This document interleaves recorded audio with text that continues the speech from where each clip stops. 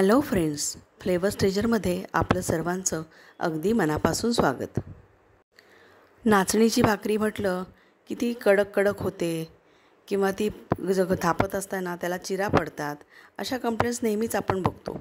पण आज मी जी पद्धत तुम्हाला सांगणार आहे त्याच्यामधून ही भाकरी अगदी सॉफ्ट होईल आणि ती करतानाही तितका त्रास नाही पडणार. तर त्यासाठी आपल्याला 4 भाग नाचणी घ्यायची आहे, 1 भाग तांदूळ घ्यायचे आहेत आणि 1/8 भाग म्हणजे 1/8 भाग साधारण अळशीचं बी म्हणजे जवस किंवा फ्लॅक्स सीड्स घ्यायचे आहेत. अगदी वजनी परिमाण बघायला गेलं तर 1 किलो जर नाचणी आपल्याला घेतली आपण तर 1/2 किलो तांदूळ घ्यायचे आहेत आणि साधारण 100 ग्रॅम इतके जवस घ्यायचे आहेत म्हणजे फ्लॅक्स सीड्स घ्यायचे आहेत.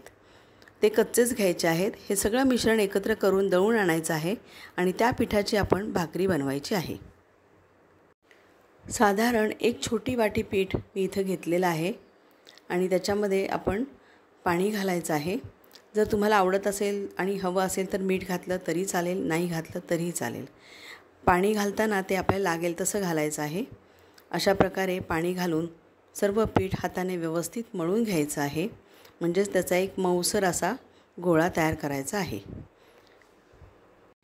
नाचणी ही मिलेट्सपैकी एक आहे जे खूपच पूर्वी कदान्न म्हटलं जायचं, पण आताच्या काळामध्ये याला फारच डिमांड आहे. कारण हे कॅल्शियमने भरपूर आहेत आणि याच्यामधून जास्त कॅलरीज मिळत नाहीत. त्यामुळे हेल्दी राहण्यासाठी आणि फिट राहण्यासाठी ही भाकरी खूप चांगली आहे. त्यामुळे नाचणीचा आहारात वापर करायला काहीच हरकत नाही. शिवाय कमीत कमी खतं वगैरे वापरली असलेल्यामुळे याच्यामधून आपल्याला हानिकारक असे पेस्टिसाइड्स आणि खतं हे काही आपल्याला मिळत नाहीत. त्यामुळे आपण हेल्दी राहतो. अशा प्रकारे पाणी आणि पीठ यांचं प्रमाण व्यवस्थित घेऊन आपण हे याचा गोळा तयार केलेला आहे. तुम्ही बघताय तो साधारण काय आकाराचा गोळा आहे. तुम्हाला आवडेल तेवढी मोठी किंवा तुमच्या तव्याच्या आकाराप्रमाणे आणि तुम्हाला जमेल त्याप्रमाणे ह्या भाकरीचा असा गोळा घ्यायचा आहे पिठाचा आणि ते पीठ असं हलक्या हाताने थापून घ्यायचं आहे. थापताना पोळपाटाचा वापर केला तरीही चालेल, नसेल तर असंच परातीमध्ये जरी मळलं तरी चालेल. आवश्यक असलेला तेवढा आता गोळा इथे घेतलेला आहे मी आणि या परातीमध्ये पीठ घातलेलं आहे. त्या पिठावरती हा गोळा ठेवायचा आहे आणि त्या गोळ्यावरती सुद्धा थोडं पीठ लावायचं आहे. हाताला पीठ लावून घ्यायचं आहे आणि अगदी हलक्या हाताने हळूहळू थापटत ही भाकरी मोठी मोठी करायची आहे. भाकरी करत असताना ती सतत अशी फिरली पाहिजे. एकाच जागेला जर भाकरी राहिली तर ती चिकटून राहते आणि मग उचलताना आपल्याला त्याचा त्रास होतो आणि भाकरी फाटते. कडांच्या बाजूनीच दाबत दाबत हळूहळू भाकरी ही मोठी मोठी करत न्यायची आहे. जेवढी पातळ भाकरी कराल तेवढी भाकरी छान वाटते. त्यामुळे शक्य असेल तितक्या प्रमाणात पातळ भाकरी थापायची आहे.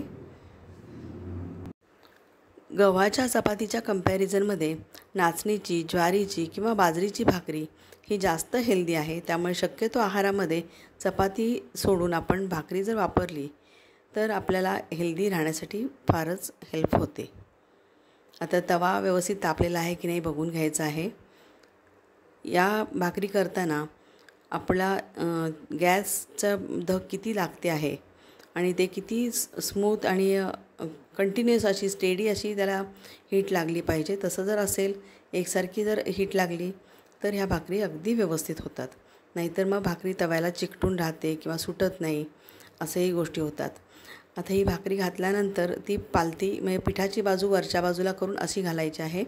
त्याच्यावरती पाणी लावायचं आहे. भाकरीला पूर्णपणे पाणी लागलं पाहिजे, नाहीतर भाकरीला चिरा पडतात.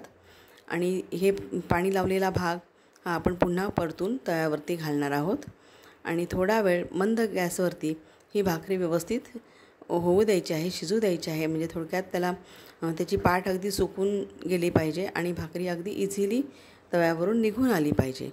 आणि अशी भाकरी मग आपण आता ह्या तव्यावरती काढलेली आहे तव्यावरून आणि ती डायरेक्ट गॅसच्या फ्लेमवरती फुल फ्लेमवरती ठेवून मस्त पुरीसारखी टम फुगली की बाजूला घ्यायची आहे. तुम्हाला जर गॅसवरती जमत नसेल तर तुम्ही तव्यावरतीच भाकरी परतून घातली तरीही चालते. तर आता ही भाकरी खाण्यासाठी अगदी तयार आहे. ही भाकरी तुम्ही भाजीसोबत, आमटीसोबत किंवा अगदी तशीच चटणी, तेल लावून किंवा तूप लावून अशी पण तुम्ही ती खाऊ शकता. तर अशा प्रकारे पीठ तयार करून भाकरी करून बघा आणि मला नक्की कळवा कशी झाली आहे. थँक्यू.